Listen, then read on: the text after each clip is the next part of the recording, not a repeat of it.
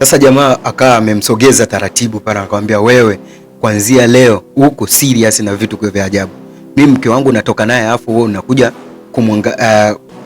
unagomea kumfungulia mlango. Sasa usirudie hizo tabia. Wewe ni dereva tu, uhusiki na vitu vingine. Hebu kafungue geti kule. Sasa namwambia wewe, kuna geti mani kule. Wewe funga kafungue geti kule.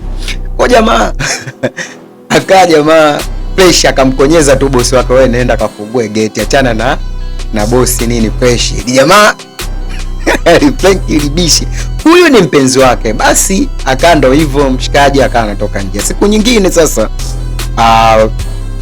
Anodi wametoka na rafiki yake Kayonde pamoja na nani. Anamwambia madamu, kwa nguo ulizovaa, viatu pamoja na handbag zako jametisha kabisa. Unaona?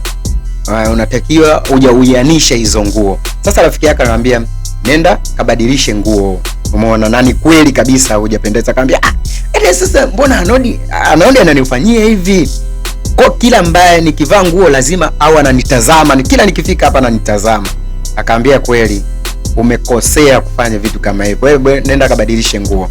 Basi akawa anaenda kuchange nguo. Sasa akabaki na rafiki yake ambaye Kayonde. Akamuuliza Anodi, akamwambia kweli umejua mambo mengi kuhusiana na mambo ya fashion. Akarudia kulijibu swali lile, akamwambia ni kweli najua mambo ya fashion kwa sababu ya dada yangu. Unaona? Ananifundisha sana the way jinsi ambavyo anavaa dada yangu. Sasa kana mtazamo. Akamwambia Anodi, mimi na swali nataka nikuulize. Akamwambia wewe unampenda rafiki yangu? Akamwambia nini? Mbona unaongea nini madam Kayonde? Unaona? Hamna, yeye yuko juu na mimi niko chini, kwa siwezi kuwa na mahusiano naye. Akamwambia kweli una uhakika? Na siamini kile ambacho unakiongea wewe. Mimi najua kabisa, najua na nakuona kwamba wewe unampenda rafiki yangu. Kwa nini lakini unaficha vitu kama? Unaweza kumwambia au niambie mimi nikamweleza rafiki yangu. Anodi pale bwana, kamba amepigiwa, akabaki kigugumizi hivi. Akamwambia madam samani, ngoja nikafanye maandalizi yangu kule. Kwa akashindwa kumjibu kitu ambacho kinaendelea yeye kuhusiana na bosi wake. Lakini rafiki yake Kaonde bwana alishatambua kwamba tayari Anodi anampenda bosi wake. Sasa siku nyingine bwana amewapeleka kwenye pabu, mara akakuta wamekaa, yeye bosi pale ametulia. Akatokea mwamba mmoja hivi, akawa anapiga simu, mara kamuona Mena pale ametulia zake. Akamwambia, "Hello, mambo vipi?" Safi. Anakamwambia, "Kama nakufananisha hivi au kuna sehemu tuliwahi kukutana?" Sasa Anodi huko namwangalia na mtazama, "Wewe mwanaume vipi?" Akamwambia, "Basi hamna, tujawahi kukutana sehemu yoyote." Anakamwambia, "Subiri kwanza dakika moja, ngoja naangalia." Kwa akawa anaangalia picha kwenye simu yake. Akamwambia, "Bwana, kweli niko sahihi. Mimi na wewe kweli hatujawahi kukutana, lakini mimi ni fansi wako. Unaona, ni shabiki wako. Unaona, si unaitwa wewe Mena?" Akamwambia, "Ndio." Nikamwambia, "Kweli?" Yeye akamwambia, "Wewe kwa nini umenitambua hivi?" Akamwambia, "Mimi ni shabiki wako na kujua kabisa. Unaona, nimekufollow kwenye Instagram na kila mitandao yote nakufollow. Kwa mimi nimependa sana kukutana na wewe. Kwa nashukuru sana, unaona, kwa sababu napenda sana kazi zako." Akamwambia, "Basi so haina." Anamwambia, "Mimi jina langu naitwa Sky." Unaona, wakasalimiana. Akamwambia, "Mimi naitwa Mena kama kawaida." Sasa mwamba kana wivu huko mwene. Anakwambia, "Huyu jamaa vipi tena, mwanaume ametokea wapi huyu mwanaume?" Akabasi mwamba akaomba namba. Mena kirahisi tu akatoa namba. I say imagine, mbele ya mwanaume mshikaji hapo anaugulia maumivu. Sasa jamaa akawa anaondoka hivi, I say akasepa zake. Wakati huo amechukua namba. Sasa rafiki yake ametoka huko. Akawa anaona mazungumzo. Akamwambia, "Yule ni nani?" Akamwambia, "Yule pale ni rafiki, ni shabiki yangu. Unaona, anaitwa Sky." Akamwambia, "Okay, kweli? Yaani shabiki yako ndo kirahisi umetoa namba." Akawa anacheka vile, unaona vipi? Maongezi akawa anaisha huko, anapiga story. Unaona, akamwambia, I say poa." Sasa mwombo huko anateseka. Siku hiyo amempeleka kwenye gari na yule tayari Sky likabahatika bwana kuwa na mahusiano na yule dem. Basi limetoka kufanya vitu vyake siku ile appointment, akawa anaingia kwenye gari sasa Mena pamoja na dereva wake Anodi. So Anodi pale amekosa la. Washikaji wanakuja, wanapiga, wanaondoka. Yani yeye bwana anateseka tu muda wote. Sasa mshikaji anaona aise Mena yuko kwenye gari, ameanzisha mahusiano mapya na fansi wake, maana yake shabiki yake ambaye anaitwa Sky, walikuwa na enjoy siku ametoka dating. Mwamba Anodi ana raha, yani ana raha kabisa, anateseka wakati huko bosi wake anaendelea kuenjoy, hajui kwamba Anodi yeye kweli anampenda. Unajua vitu kama hivyo waga wanaume sijui tunakuaje sometime, kumtongoza bosi wako unakuwa na vitu viwili, aidha anaweza kaniachisha kazi au anaweza akanifanyia kitu chochote kile ukakosa ugali wake. Sasa amefika nyumbani Anodi amekosa la, yani ana mawazo baraa kutokana na situation jinsi ilivyo. Sasa wako na rafiki yake, yule mwanangu ana enjoy kama kawaida kwenye party yake, Anodi huku bado anateseka. Unaona madamu hatari. Sasa rafiki yake bwana Kayonda kanapita kamuona Anodi yuko kwenye stress kinyama. Anamuita Anodi pala itiki, yani yuko kwenye dimbi la mawazo. Noma sana aisee. Haya mapenzi sio poa. Basi akamuita Anodi akashtuka. Akamwambia samani madamu, samani.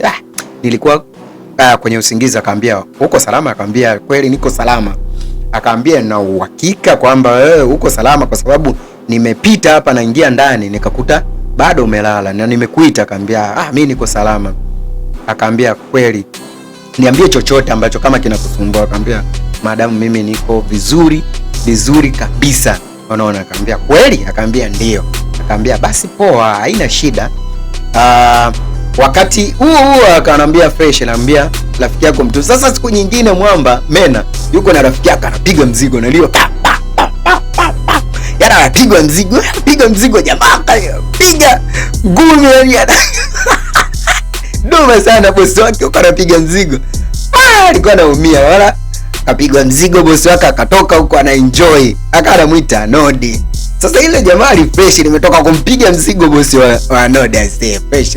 Nikamwambia ngoja nimuita Anodi hapa akuescort. Akamwambia hamna, anatembea na haiwezekani. Sasa itabidi amuita Anodi.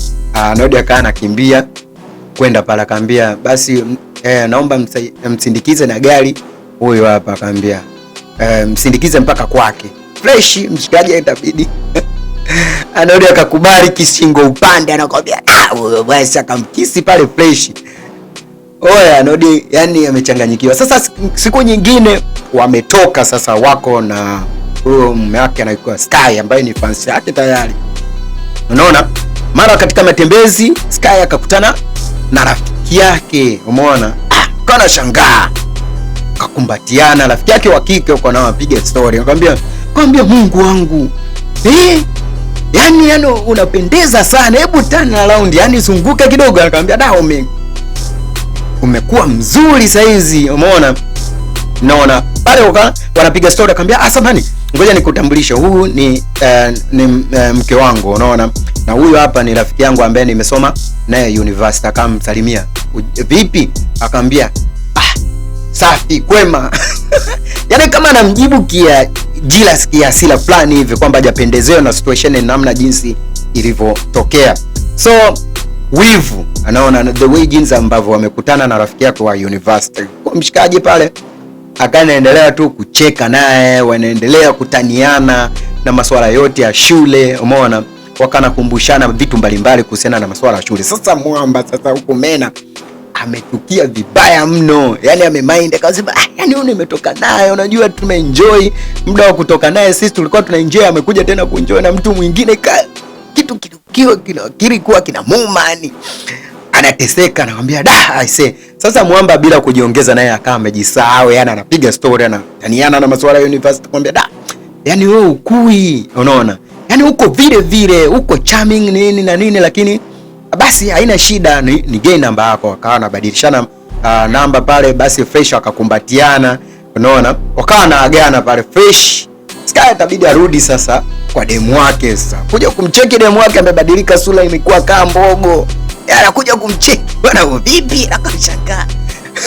Mwamba akasema hivi ni nini? Huyu ni nani? Akamwambia mbona nimekutambulishwa kwamba ni rafiki yangu. Akamwambia sasa kama ni rafiki yako wa university, unapiga naye, unahug naye, unaona? Yani unapiga naye story, umenisahau kabisa mimi. Hiyo ni tabia gani hizo ambazo umefanya? Akamwambia kweli ni rafiki yangu wa shule. Kwa kwa muda mrefu hatujakutana, anakuambia huo ni upumbavu, siwezi kuvumilia. Wewe tazama jinsi ulivyo, uko na mpenzi wako, lakini wewe Bendeleo unaendelea kupiga story. Kweli mimi unaona kama mjinga, unaona? Akaambia kweli, wewe vipi sasa? Wewe unataka kunifanyaje? Akaambia basi tuachane kuhusiana na hiyo vitu, kwa sababu sikuona kama umechukia kwa sababu gani. Kwa kana mfokea, unachukia nini? Kukutana na rafiki yangu inakuaje? Wewe sasa ukutane, si ungesalimiana? Akambatua na kofi wakati amemtukana. Sasa mwamba akafika akampiga na kofi naye. Aisee, anaonekana ugomvi. Pigana ugomvi wa kufa mtu pale. Unajua nini? Aisee. Ilikuwa ni noma sana, ugomvi wa kufa mtu. Sasa bosi sasa wa kike anaanza kumpokea Anode, kwambia una uthubutu gani wa kuja kumpiga mume wangu? Nani amekuruhusu mpige mume wangu? Akaambia samani, wewe ni mpumbavu, unaona? Wewe kwa nini? Sasa mwamba akawa Sky amechukia, nakwambia kuanzia leo tumeachana, unaona? Wewe na dereva wako ni wapumbavu, tumeachana kuanzia. Akaambia bosi anamfokea kwamba wewe huko serious na mimi kitu, huko serious? Yaani umeluzi mapenzi yangu kwa sababu ya wewe, na kufukuza kazi kuanzia leo. Naomba funguo zangu za gari. So mshikaji akawa anamuelekeza kwamba funguo nimeziacha kwenye gari. Hapo ndo ulikuwa mwisho wa ajira wa mshikaji wetu wa nguvu, anaitwa Anodi. Sasa tunaonekana pati nyingine, yuko mtaani anasalamba ajira, yuko na vyeti kabisa ameshika mkononi. Sasa madamu akajishauri kwa muda mrefu sana kwamba hii nimempoteza mtu muhimu sana kwenye